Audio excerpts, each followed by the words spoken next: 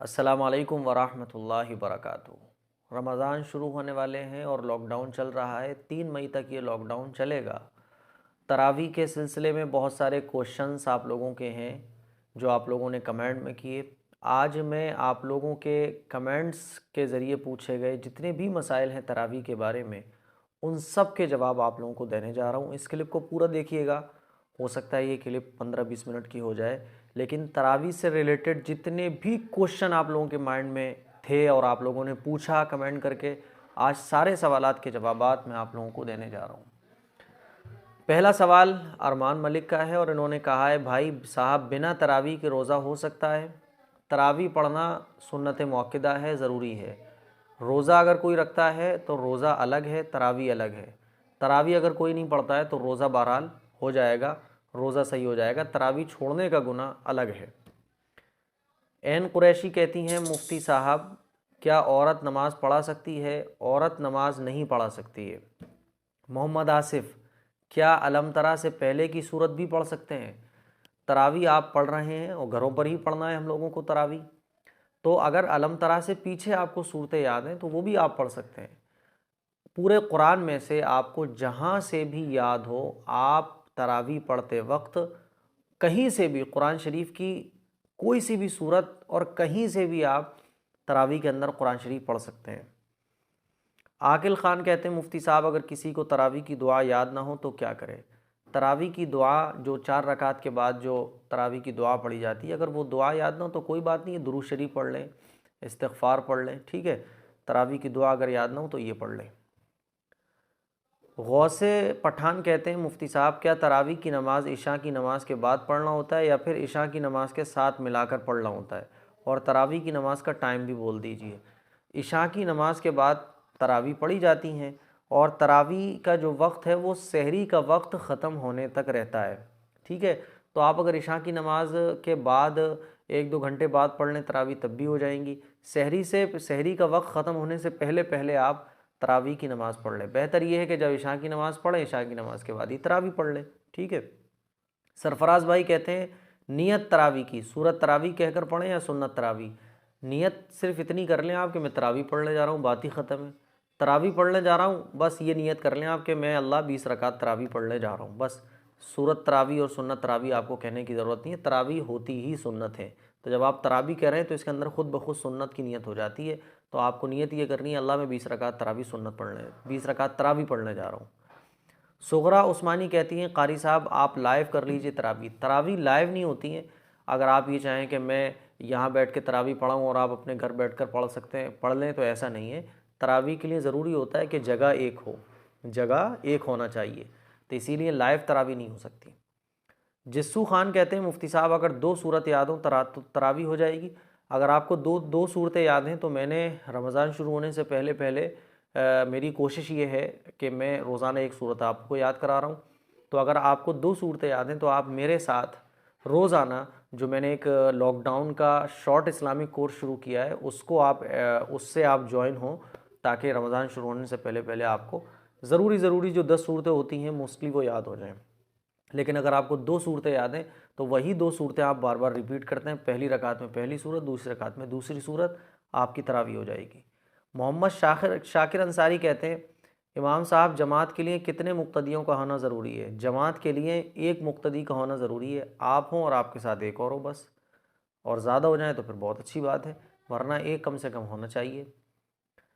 पटेल इरफान कहते हैं, तरावी में इमाम साहब कुरान करीम देखकर पढ़ सकते हैं? तरावी में इमाम साहब कुरान करीम देखकर नहीं पढ़ सकते। देखकर पढ़ना है तो फिर तरावी के बाद आप खूब देखकर पढ़ो, 2 कुरान पढ़ो, 3 कुरान पढ़ो, कोई मसला नहीं है, लेकिन तरावी में कुरान देखकर पढ़ना जायज़ नहीं है, तरावी नहीं होंगी।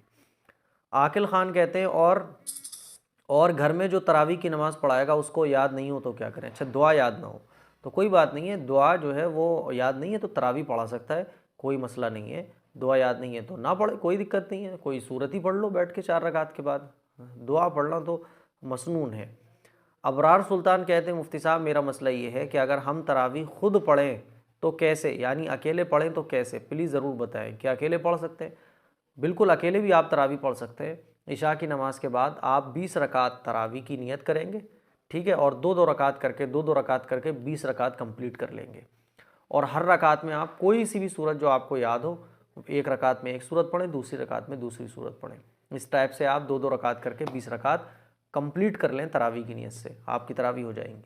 ताज मोहम्मद कहते हैं अगर अकेले पढ़ने वाला हो तो मुफ्ती साहब जी बिल्कुल, अगर घर पर आप अकेले हैं तो आप अकेले भी तरावी पढ़ सकते हैं। गुलजार अंसारी कहते हैं हज़रत अगर 5 पारे याद हों तो पहले 5 पारे पढ़ सकते हैं। पूरे कुरान में से आपको जहाँ से भी याद है आप तरावी में वो पढ़ सकते हैं। अगर आपको 5 पारे याद हैं तो आप जितना चाहें कुरान शरीफ तरावी में पढ़ सकते हैं। पहला पारा पढ़ लें, दूसरा पारा पढ़ लें, आपकी मर्ज़ी है। तरावी में असल है कुरान शरीफ का पढ़ना, तो आप कुरान शरीफ पढ़िए, कहीं से भी पढ़िए। शकील शेख कहते हैं मुफ्ती साहब कोई ऑनलाइन सिस्टम हो सकता है? ऑनलाइन सिस्टम नहीं हो सकता है। अब जब लॉकडाउन चल रहा है तो वो हो सकता है कि बहुत सारे ऐसे बनावटी मौलवी हाफिज़ निकल आएँ जो ये कहें कि हम ऑनलाइन तरावी पढ़ाएंगे, तो उनके चक्कर में मत आइएगा, खुदा के वास्ते उनके जाल में मत आइएगा। वरना चूँकि ज़ाहिर है, मैं कहता हूँ हर फील्ड में ख़राब लोग भी होते हैं। अब ऐसे मौके पे वो ख़राब लोग अपना धंधा बनाने के लिए निकल आते हैं, इसलिए ख़बरदार रहिएगा, ऑनलाइन नहीं हो सकता है। हाँ, ऑनलाइन आप सुन सकते हैं, जैसे मक्के मदीना की हम सुनते आ रहे हैं अब तक, है ना, और भी जगहों की तरावी हम लोग सुनते हैं, लेकिन ऑनलाइन इस टाइप से पढ़ा जाए तरावी, ये नहीं हो सकता। नाजिर हुसैन मलिक कहते हैं if there is a one person in home how it is to be done. अच्छा, अगर एक शख्स घर पर है तो वो तो अकेले पढ़ेंगे, लेकिन अगर इमाम साहब के अलावा एक है तो आप उनको सीधे हाथ पर खड़ा कर लें और तरावी पढ़ लें। सलमान अहमद कहते हैं मुफ्ती साहब नमाज़ पढ़ते वक्त कोई आयत छूट जाए तो नमाज हो जाएगी या नहीं? जी, अगर नमाज़ पढ़ते पढ़ते, तरावी पढ़ते पढ़ते या नमाज़ पढ़ते पढ़ते आप कोई आयत भूल जाते हैं या आयत छूट जाती है तो आपकी नमाज़ हो जाती है। देखिए, ये पूरी नमाज के सही होने के लिए ज़रूरी होता है कि जिस रकात में आप कोई सूरत पढ़ रहे हैं तो छोटी 3 आयतें कम से कम और बड़ी 1 आयत कम से कम। अगर कोई सूरत है उसकी आप 3 आयतें पढ़ चुके हैं, छोटी छोटी 3 आयतें पढ़ चुके हैं, तो नमाज़ हो जाएगी। फिर अब चाहे आप एक आध आयत छूट जाए आपसे, या बड़ी 1 आयत होना चाहिए। तो अगर एक आध आयत छूट जाती है तो नमाज बहरहाल हो जाती है। एमडे जावेद अख्तर मुफ्ती साहब क्या मोबाइल से तरावी पढ़ सकते हैं? मोबाइल से तरावी आप नहीं पढ़ सकते। अंजुमन शेख मुफ्ती साहब 2-2 रकात करके पढ़ना है क्योंकि आपने वीडियो में 2 रकात पर सलाम फेरने का जिक्र किया। जी देखिए, तरावी में 20 रकात होती हैं और 2-2 रकात करके तरावी पढ़ी जाती है, यानी 2 रकात पर सलाम फेरना है, फिर 2 रकात पर सलाम फेरना है, फिर 2 रकात पर सलाम फेरना है। इस टाइप से 20 रकात कंप्लीट की जाती है। आलिया सईद कहती हैं भाई मेरे घर एक बच्चे को पहला पारा और लास्ट पूरा पारा याद है, तो क्या वो बच्चा तरावी में पहला और लास्ट पारा पढ़ा सकता है? अगर वो बच्चा बालिग है तो वो पहला और लास्ट पारा पढ़ा सकता है, नो प्रॉब्लम, कोई दिक्कत नहीं है। शकील कलावंत कहते हैं अगर कुछ बड़ी सूरतें याद हो तो कैसे पढ़ें? अगर बड़ी सूरतें आपको याद हैं तो आप रुकू पर रुकू एक रकात में पढ़ लें, दूसरा रुकू दूसरी रकात में पढ़ लें। और अगर इतनी बड़ी सूरत आपको याद है कि उसमें रुकू ही एक है तो आप 3 आयतें पढ़ सकते हैं या 5 आयतें पढ़ सकते हैं या आधा पेज पढ़ सकते हैं, जहाँ आपको लगे आप वहाँ रुकू कर सकते हैं। बेहतर ये है कि अगर एक रुकू पर आप एक रकात में एक रुकू पढ़ें, ये ज़्यादा बेटर है ना। वरना फिर आप अपनी आसानी के हिसाब से देख लें, आपको लगता है कि ये ज़्यादा सूरत बड़ी है तो उसमें आप कम से कम 3 आयतें, छोटी 3 आयतें पढ़ चुके हों कम से कम, या बड़ी 1 आयत पढ़ चुके हैं, उसके बाद आप रुकू कर सकते हैं।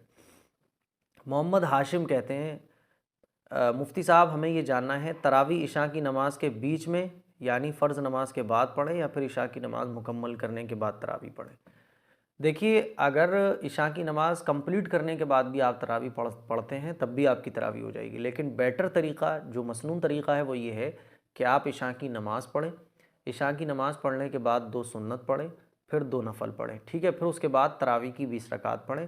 तरावी की 20 रकात पढ़ने के बाद फिर वित्र पढ़ें आप, ये है मसनून तरीक़ा।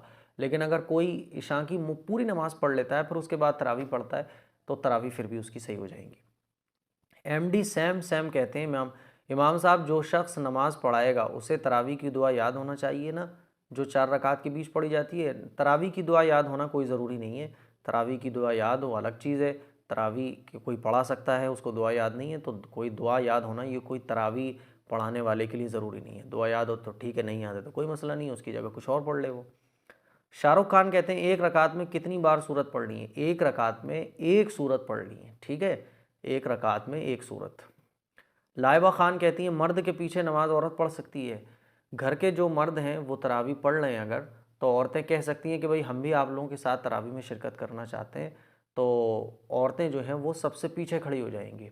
तो औरतें भी मर्द हजरात घर पर अगर तरावी पढ़ रहे हैं तो औरतें सबसे पीछे खड़ी हो सकती हैं, और जो इमाम साहब हैं वो औरतों की भी नियत कर लें तो औरतें भी मर्द हजरात के साथ तरावी पढ़ सकती हैं।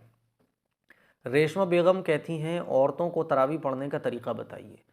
औरतें इशा की नमाज़ पढ़ेंगी, इशा की नमाज़ पढ़ने के बाद 2 सुन्नत पढ़ेंगी, 2 नफल पढ़ेंगी, फिर उसके बाद जो है वो 20 रकात तरावी पढ़ेंगी।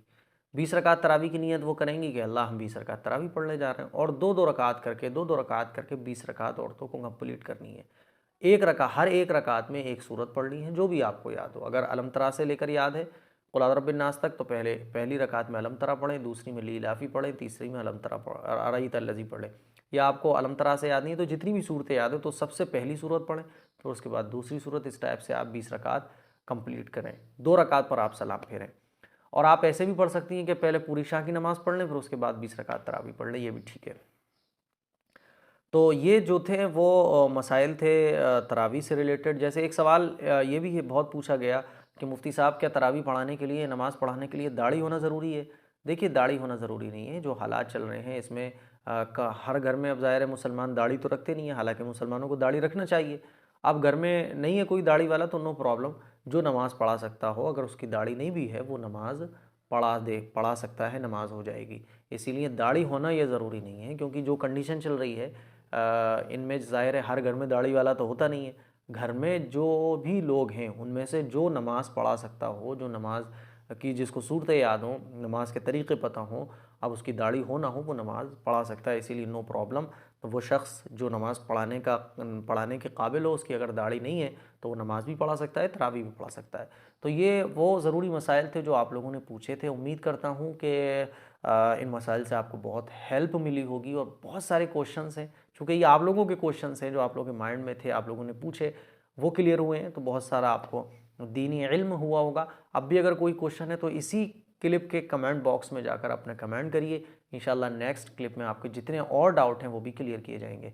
दुआओं की गुजारिश है, अपना ख्याल रखिएगा, अपने घर वालों का ख्याल रखिएगा, सारे मुसलमानों के लिए और सारे इंसानों के लिए दुआ कीजिएगा। अस्सलामु अलैकुम वरहमतुल्लाहि वबरकातुहू।